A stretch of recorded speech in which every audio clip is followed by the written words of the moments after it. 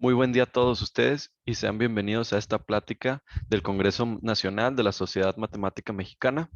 El día de hoy estaré platicando con ustedes acerca del artículo científico titulado Predicción de incidencia de mortalidad asociada al COVID-19 utilizando técnicas de aprendizaje automático, desarrollado en el Tecnológico de Monterrey en la Escuela de Ingeniería y Ciencias del Campus Monterrey. Este artículo fue desarrollado por un servidor, Daniel Martínez Valdés, en conjunto con Gabriel Jesús Leal Cantú, Eugenio García Certuche y nuestro asesor Jesús Guillermo Falcón Cardona. Para platicarles un poco acerca del contenido que vendrá en esta plática, primeramente nos centraremos en la descripción del problema. Más adelante hablaremos acerca de la propuesta que se tiene para solucionar este problema, la metodología y la discusión que tuvimos acerca de los resultados obtenidos y finalmente cuál sería la conclusión de este artículo y los siguientes pasos a seguir.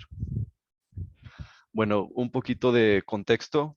Hasta el agosto del 2021 se han reportado alrededor de 213 millones de casos confirmados de COVID-19 a nivel mundial, de los cuales 4.4 resultaron en defunciones, lo cual es una cifra bastante grande para esta nueva enfermedad que ha causado la pandemia, en lo cual se han habido muchas vidas afectadas. ¿Cuál es la solución que nosotros proponemos? Es utilizar aprendizaje automático. Este método se ha utilizado previamente en el área médica y este permite automatizar procesos, analizar una gran cantidad de datos, que como vemos hay bastantes personas afectadas por esta nueva enfermedad, mejorar los resultados obtenidos, ya que como se puede tener una mayor cantidad de muestras para analizar, se puede tener una mejor precisión, reducir el tiempo para obtener dicha información, ya que se automatizan los procesos, y diagnosticar enfermedades. Estos son algunos de los ejemplos que se tienen en cómo se utiliza el aprendizaje automático.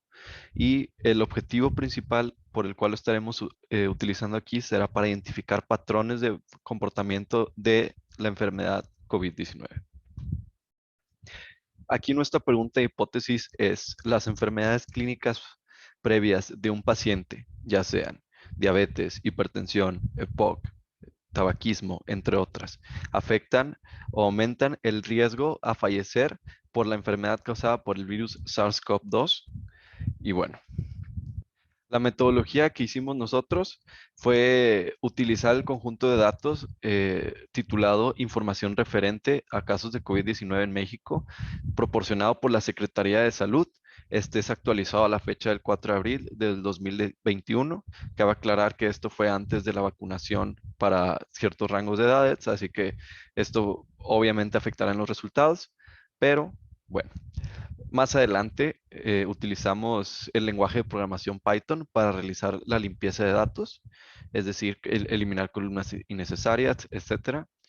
Y más adelante, para el análisis de datos, utilizamos una librería de Python llamada scikit-learn. Y finalmente, el criterio de decisión para nosotros escoger un modelo adecuado para resolver nuestra pregunta de hipótesis, es decir, tener un modelo que nos pueda ayudar a identificar cuáles son los patrones previos a padecer COVID-19 que afectan a la persona y que aumentan sus probabilidades de fallecer. Principalmente nos basamos en el tiempo de ejecución y la precisión del modelo, ya que si tenemos un modelo con una baja precisión, no nos servirá que este se pueda ejecutar demasiado rápido para grandes cantidades de datos, sino nos trae los resultados esperados. Bueno, entrando un poco más a detalle, después de hacer la limpieza de datos, nosotros utilizamos el análisis de componentes principales, que este básicamente se refiere a reducir la dimensionalidad del conjunto de datos. Es decir, nosotros teníamos varias columnas con las diferentes condiciones clínicas y nosotros para simplificar el análisis utilizamos el análisis de componentes, también titulado PCA por sus siglas en inglés. Más adelante utilizamos técnicas de sobre y submuestreo para comparar los resultados, a ver cuál se mostraba más eficiente. El sobremuestreo, en palabras sencillas, es aumentar la cantidad de datos, ya que a pesar de tener bastante información de casos de COVID-19, muy pocos de estos resultaban en fallecimientos. Así que nosotros necesitamos tener una mayor cantidad de muestras que tengan condiciones clínicas y que hayan fallecido. Así que para eso se utiliza el sobremuestreo y el submuestreo es el caso contrario. Es eliminar el exceso de muestras, que en este caso serían las muestras que son personas que padecieron COVID-19 y no fallecieron, para nosotros poder tener un análisis más detallado y enfocarnos solamente en la cantidad de personas que fallecieron y tener una misma cantidad de personas que no fallecieron. Más adelante se utilizó el modelo Random Forest, que es el que pueden ver en la figura de la derecha. Básicamente, este modelo fue el primer modelo de clasificación que utilizamos y consiste en utilizar varios árboles de decisión para poder tener un resultado un poco menos sesgado, ya que todos estos son aleatorios, como menciona su nombre, y así poder tener una mayor precisión. Más adelante utilizamos el modelo de gradiente descendiente estocástico, SDG por sus siglas en inglés. Este modelo lo decidimos utilizar ya que obtenía resultados bastante similares con el Random Forest y nosotros pudimos ver una mejora en el tiempo de ejecución. Hablando un poco acerca de los resultados que obtuvimos, fue una precisión del 70% para clasificar los fallecimientos. Esto es decir, que nuestro modelo acertaba el 70% de las veces si una persona iba a fallecer o no de COVID-19. Y para el análisis de componentes principales decidimos utilizar solamente los primeros dos componentes para no sobresaturar el modelo con variables, ya que el objetivo del análisis de componentes principales es reducir la dimensionalidad y con esto obtuvimos un 34.3 y un 21.3% de la varianza de los componentes, que esto se refiere al porcentaje del total que representan del conjunto de datos. Así que podemos ver que con solamente dos variables ya podemos tener una idea de aproximadamente el 50% de toda la data sin tener que utilizar todas las columnas. Bueno, como pueden ver en la figura 2 y en la figura 3, nosotros decidimos optar por el método de submuestreo, ya que este nos reducía la cantidad de datos que teníamos y tenía los resultados, se podría decir, bastante similares al método de sobremuestreo. Así que nosotros decidimos usar este para optimizar tiempos de ejecución y que el modelo no tuviera una carga tan pesada y que tampoco podría llegar a estar sesgado por la gran cantidad de datos que está utilizando. En la figura 2 podemos ver cómo se generaba la matriz de confusión antes del submuestreo, que esta matriz nos muestra cómo fue el modelo ajustándose, cómo fue el modelo prediciendo las diferentes instancias que teníamos nosotros y como podemos ver nosotros del lado derecho tenemos para la columna de falsos positivos y falsos negativos dos ceros. Esto se refiere a que nuestro modelo nunca predijo que una persona iba a fallecer de COVID-19, a pesar de que sí falleciera. Por eso toda la carga está del lado izquierdo, ya que la cantidad de casos negativos que verdaderamente eran negativos acertó al 100%, pero todos los casos que sí fueron fallecimientos, ninguno lo acertó de manera que detectara que fueran a fallecer.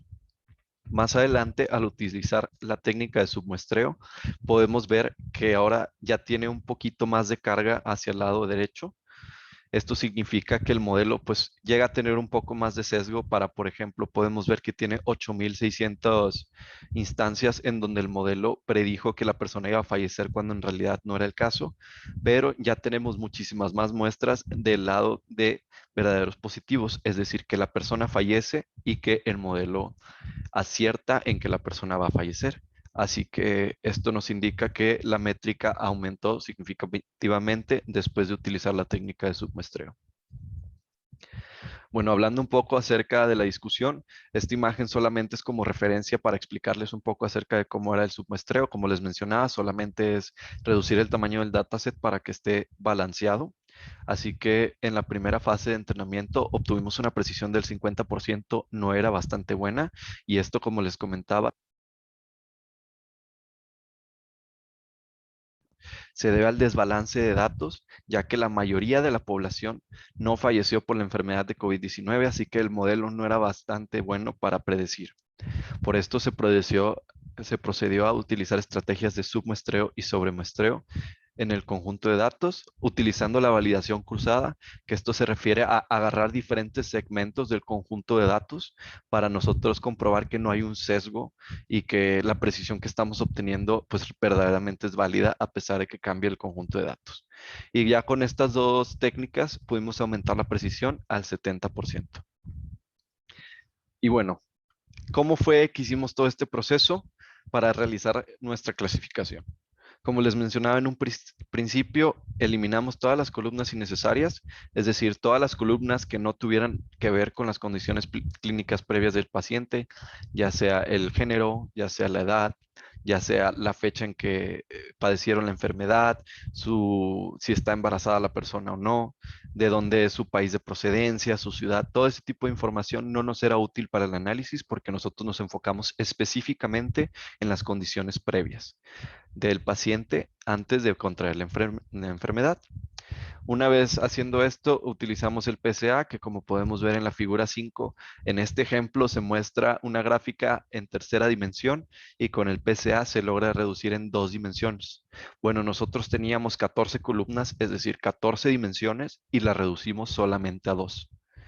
Más adelante, como les mencionaba, utilizamos el modelo de Random Forest para poder hacer nuestra clasificación y sí nos llegaba a tener los resultados del 70%, pero el tiempo de ejecución era aproximadamente 20 minutos para 500,000 de muestras, que era el tamaño total de datos ya después de aplicar el submuestreo.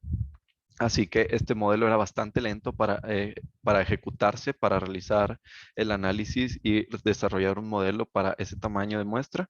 Así que después decidimos ejecutar el gradiente descendiente estocástico, que básicamente este modelo consiste en encontrar un punto en donde se maximice o se optimice la ganancia del modelo que nosotros queremos optimizar, así para nosotros poder lograr tener el mayor número de de verdaderos positivos y verdaderos negativos. Es decir, que el modelo acierte si la persona falleció o no. Y la parte estocástica del modelo de gradiente descendiente es que solamente agarra ciertas partes del conjunto de datos para no, por lo mismo que hicimos la validación cruzada, para que no hubiera un sesgo si había un patrón específico en alguna parte del conjunto total. Y bueno, ya para cerrar esta plática, nuestra conclusión final es que no existe una correlación directa entre alguna enfermedad clínica con el fallecimiento por el virus. Esto se debe a la precisión que obtuvimos de un 70%, ya que, como pudimos notar en las matrices de confusión, puede que haya muchos falsos positivos o falsos negativos hacia ambos lados, así que no hay una razón específica que podamos nosotros determinar si una persona tenía hipertensión o diabetes y va a fallecer. Esto se puede deber a un gran número de factores. Básicamente puede ser por las variaciones del virus, por las condiciones climáticas, por las condiciones previas a la persona que no sean condiciones clínicas, es decir, su estado de salud, si padecía obesidad y no tenía diabetes, muchas otras variables que no se están tomando en cuenta en este estudio. Y como siguientes pasos, lo que se podría hacer es revisar cada una de las condiciones clínicas individualmente para ver si alguna de estas sí muestra algún patrón o algún,